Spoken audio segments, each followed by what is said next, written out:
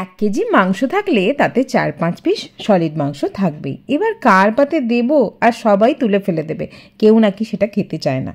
কত মোমো, কত ওই চিলি চিকেন করবো বলো তো, রোজ রোজ কি ওসব আবার ভালো লাগে? তাই এই উপায়। প্রথমেই যেটা করেছি, মাংসটাকে আমি পেস্ট বানিয়ে নিয়েছি। তারপর তার মধ্যে আদা রসুন বাটা দিলাম ধনে গুঁড়ো, জিরে গুঁড়ো, লঙ্কার গুঁড়ো, হলুদ গুঁড়ো, স্বাদ মতো নুন, আর হ্যাঁ, কাঁচা লঙ্কা কুচি দিয়েছি সামান্য, আর দিয়ে দিলাম সামান্য একটুখানি কর্নফ্লাওয়ার। এবার সমস্ত কিছু বেশ ভালো করে মেখে নিতে হবে, যাতে যে উপকরণগুলো দিয়েছি সেগুলো যাতে ঠিকভাবে মিশে যায়। এখানে আর কিছু দেওয়ার প্রয়োজন নেই বা জলও দেওয়ার প্রয়োজন নেই, ওই মাংসটাকে ভালোভাবে মাখলেই হয়ে যাবে। এবার আমি তাওয়ার মধ্যে বা ফ্রাইং প্যানের মধ্যে সামান্য সাদা তেল দিয়েছি, দিয়ে দিলাম বেশ খানিকটা ডুমো করে কেটে রাখা পেঁয়াজ এবং ক্যাপসিকাম, আর সেগুলোকে বেশ হালকা করে ভেজে নেব। খুব বেশি লাল করে ভাজার দরকার নেই, আর খুব বেশি নরম করারও দরকার নেই। তো সেই জন্য একটুখানি সুন্দর কালার আসতে শুরু করলেই সেটা কিন্তু আমরা পাত্র থেকে তুলে নেব। এবার সেই পাত্রে আরও একটু তেল দিয়ে দেব সামান্য একটুখানি রসুন কুচি, আর দিয়ে দিলাম লঙ্কার কুচি।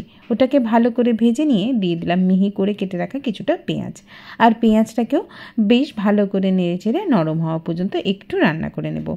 তারপর টমেটো কেচাপ দিলাম 2 থেকে 3 চামচের মতো, সামান্য একটুখানি জল দিলাম যাতে কেচাপটা পুড়ে না যায় সেই জন্য, দিয়ে ভালোভাবে এটাকে কষিয়ে নিতে হবে।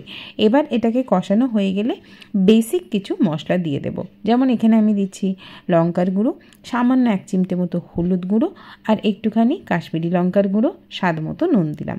দিয়ে মশলা আবারও ভালো করে একটু কষিয়ে নেব। ওই উপকরণের সাথে গুঁড়ো মশলাটা যাতে ভালোভাবে কষানো হয়ে যায় এটা একটু খেয়াল রাখতে হবে। সামান্য একটু সয়া সস দিলাম, আর একটুখানি দিয়ে দিলাম রেড চিলি সস।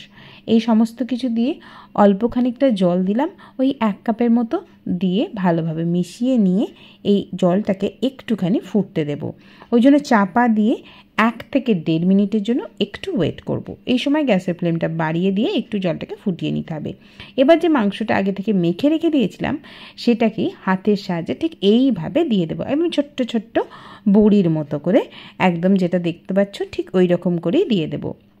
এটা দেওয়া হয়ে গেলে এটাকে চাপা দিয়ে দেব, এবং চাপা দিয়ে 3 থেকে 4 মিনিট কি 5 মিনিটের মতো একটু রান্না করে নেব মিডিয়াম ফ্লেমে। তারপরে দেখবে মাংসের কালার একদম চেঞ্জ হয়ে গেছে এবং মাংসগুলো বেশ শক্ত শক্ত হয়ে গেছে, মানে কুক হয়ে গেছে। এবার নেড়ে চেড়ে ভালো করে একটু গ্রেভির সাথে মিশিয়ে নেব, দিয়ে দেব আগে থেকে ভেজে রাখা ক্যাপসিকাম এবং পেঁয়াজটা, দিয়ে আবারও নেড়ে চেড়ে নেব 1 থেকে 1.5 মিনিটের জন্য। এই সময় কিন্তু ফ্লেমটা হাই করে দিয়েছিলাম। দিয়ে দিলাম জলে গুলে রাখা সামান্য 1 চামচের মতো কর্নফ্লাওয়ার, দিয়ে আবারও একটুখানি নেড়ে চেড়ে গ্রেভিটাকে গাঢ় করে নেব। দেখো, একদম বলতে পারো ওই চিলি চিকেন টাইপের নয়, কিন্তু ওই রকম টাইপেরই কিছু একটা বানালাম। সামান্য একটুখানি চিনি দিলাম, দিয়ে স্ট্যান্ডিং টাইমে রেখে দিয়েছিলাম 1 থেকে 1.5 মিনিটের জন্য। ব্যাস, দারুণ স্বাদের এই রান্না একদম রেডি হয়ে গেল। যে কোনো দিনে এটা বানাতেই পারো, আর সলিড চিকেন থাকলে তো একদম চিন্তা নেই, এরম একটা রান্না করে সকলকে খাইও, কেউ আর দূরে ঠেলে দেবে না। আজকের মতো এটুকু। ভালো থেকো, সুস্থ থেকো।